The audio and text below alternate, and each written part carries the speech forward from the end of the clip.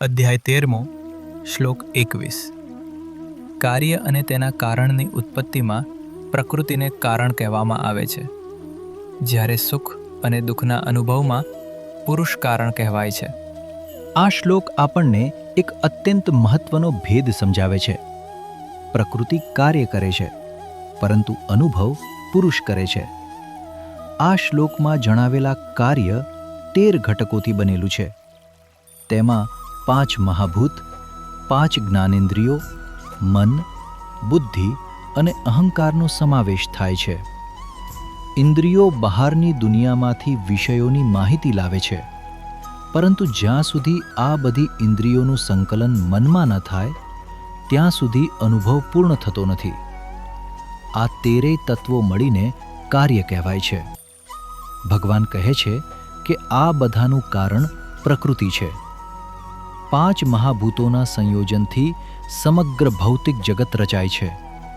શરીર, ઇન્દ્રિયો અને તેમના દ્વારા અનુભવાતા વિષયો સહિત 5 મહાભૂતોથી લઈને અહંકાર સુધીના બધા તત્વો જાણવા અને અનુભવવા યોગ્ય પદાર્થો છે.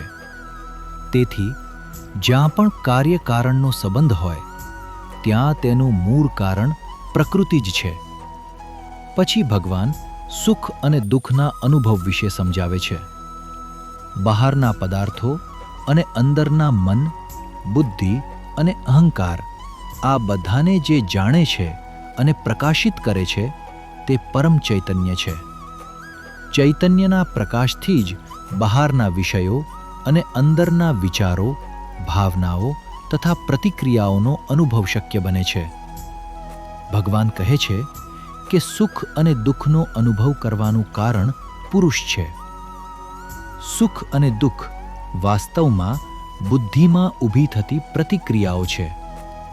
જ્યારે ઈચ્છિત વસ્તુ મળે છે ત્યારે તેને સુખ કહેવાય છે, અને જ્યારે અનિચ્છિત પરિસ્થિતિ આવે ત્યારે તેને દુઃખ કહેવાય છે.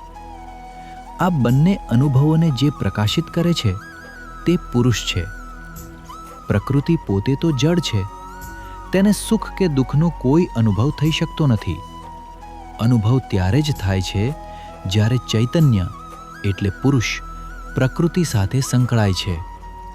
તેથી જીવંત પ્રાણીમાં જ અનુભવ શક્ય છે. એક સુંદર ઉદાહરણ લઈએ. કાર એક જડ વસ્તુ છે. તે પોતે ક્યાંય જઈ શકતી નથી. ડ્રાઈવર તેમાં બેસે ત્યારે જ કાર ચાલે છે. પરંતુ રસ્તામાં જે દ્રશ્યોનો આનંદ કે તકલીફ અનુભવાય છે તે કારને નહીં, ડ્રાઈવરને થાય છે. તેવી જ રીતે શરીર, મન અને ઇન્દ્રિયો પ્રકૃતિના સાધનો છે, જ્યારે અનુભવ કરનાર પુરુષ છે. ભોગતા એટલે અનુભવ કરનાર અને ભોગ એટલે અનુભવ. જ્યાં સુધી ભોગતા નથી ત્યાં સુધી અનુભવ પણ નથી. અંતે ભગવાન આપણને આપણા સાચા સ્વરૂપની યાદ અપાવે છે.